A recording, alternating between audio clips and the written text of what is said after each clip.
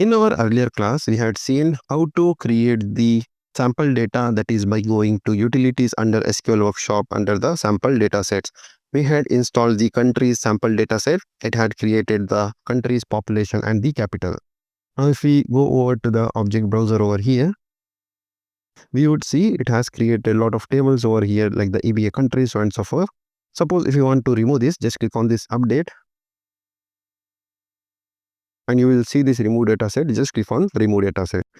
You will get a pop-up saying, would you like to perform this delete action? Tell yes, delete all remove dataset. It will delete all the tables from your database or in the schema. Let me just go back to my Apex homepage and come back using the object browser. Here if I see, I don't see any of the tables it had created with this install button. So like this, we can remove the dataset.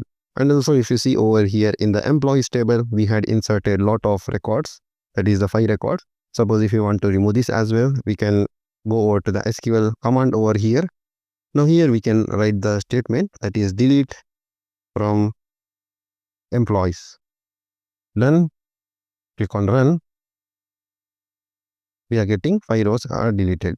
Now if we go to the object browser over here, so one thing you have to note is the commit statement is automatically run in the Apex, so we don't have to explicitly run the commit. So nothing is there over here in the employees table. Suppose if you want to drop the table, that is drop department and M, you can do so. That is by going to the SQL command. I will write over here drop table M. Let me just run this. The table got dropped and one more table, it was the depth. So let me just drop the depth table. So like this, we can drop the sample data set.